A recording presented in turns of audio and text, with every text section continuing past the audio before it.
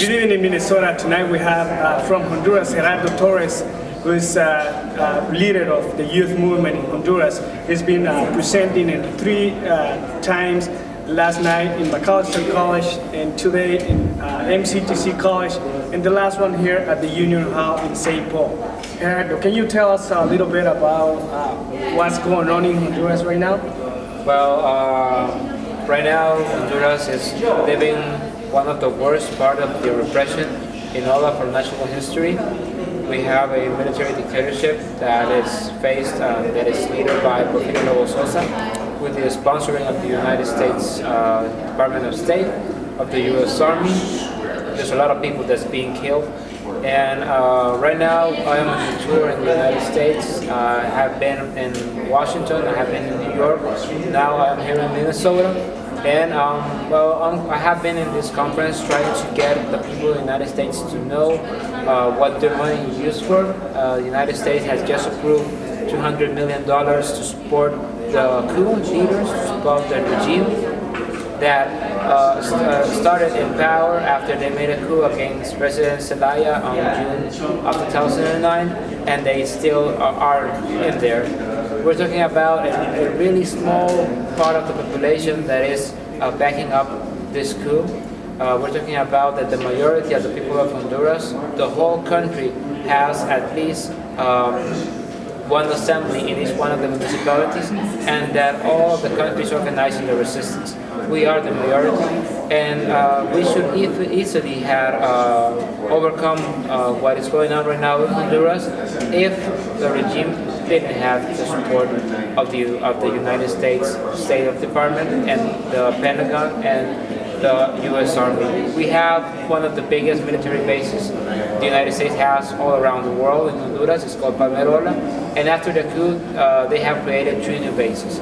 This is looks like it's the beginning of military dictatorships all over again in Latin America. So we have to take a stand, and that was the resistance doing right now in the country all over the region. You know, back in the days we thought that, you know, all those coup attacks in Latin American countries were over, and certainly we saw the one in 2002 in Venezuela, and then there was one in trying to be another one in Ecuador, and here's one again in Central America, Honduras. Why do you think they did it in Honduras and not into El Salvador or Nicaragua? Why do you think they choose Honduras to launch this experiment? Well, I think that they did it because Honduras was going to be the weakest resistance one, because our national history hasn't had big popular process.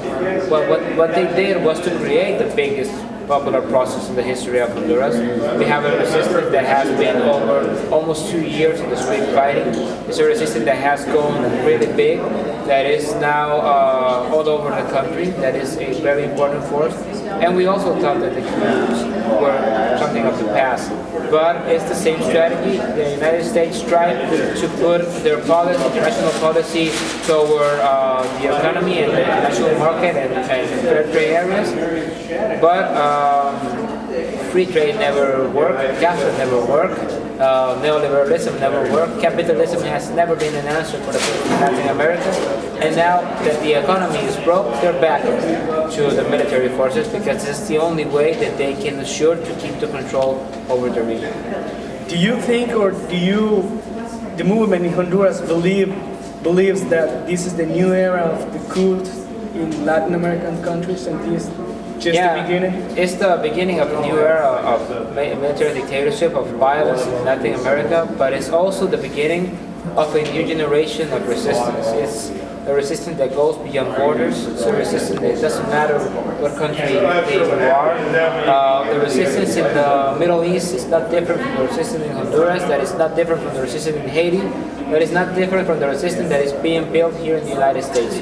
We are the same thing, we have the same enemy, and it's time for us to realize that it has always been the same enemy, and that this time we can't let it win. We have to overcome, we have to fight together, we have to resist, we We have to build popular power, because the only way to face power is with power.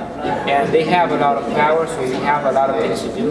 We have a lot of job to do, and we could do it if we compromise ourselves, and if we start right now building the structure of the resistance, the structure of the popular power, and the structure of what could be the future of our world if we concentrate in this moment of history and don't allow this project of the United States to go over again all Latin America as it did in the 70s and in the 80s.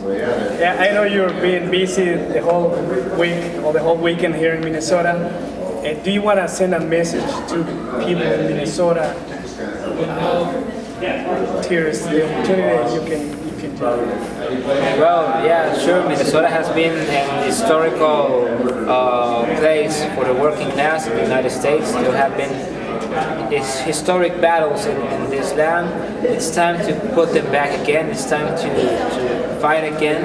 I think that Wisconsin put an example of what the organization of the movement can do. I think that the anti-war movement is going back again in the United States. I think the resistance is going back again in the United States. The thing is that it's not time to be afraid of the enemy, because we know it's really big, and you know it better because you live here. It's time to start to organize ourselves, because if we don't start fighting really strong right now, maybe in 10 years you won't have nothing to fight for. And this is the time. There is the energy, there is the strength in this generation, there is the belief in the resistance, and I think that we can do it together. If you are part of the resistance, you're a compañero, you're a compañera, and we will be willing to fight with you here, as we will be expecting that you will fight with us in Tegucigalpa, because it's the same fight. Well, this is In the Media, reporting live from the last event that we're having with Gerardo Torres here in Minnesota. So thanks In the Media, we are creating a grassroots media movement. Well, the website of the official website of the Popular Front of National Resistance is www.resistenciahonduras.org, and you can find all the information there, and you can also write us to losnecios@gmail.com to receive our weekly newsletter that is in English, or to receive our daily newsletter that is in Spanish, and also to get in touch what is going on right now in the organization, the political formation in the country. Excellent. And also the information for the grassroots, the Hands of Honduras Coalition Minnesota, you can just call 612-702-5637, 612-702-5637 if you want to get involved in the Hands of Honduras Coalition here in Minnesota.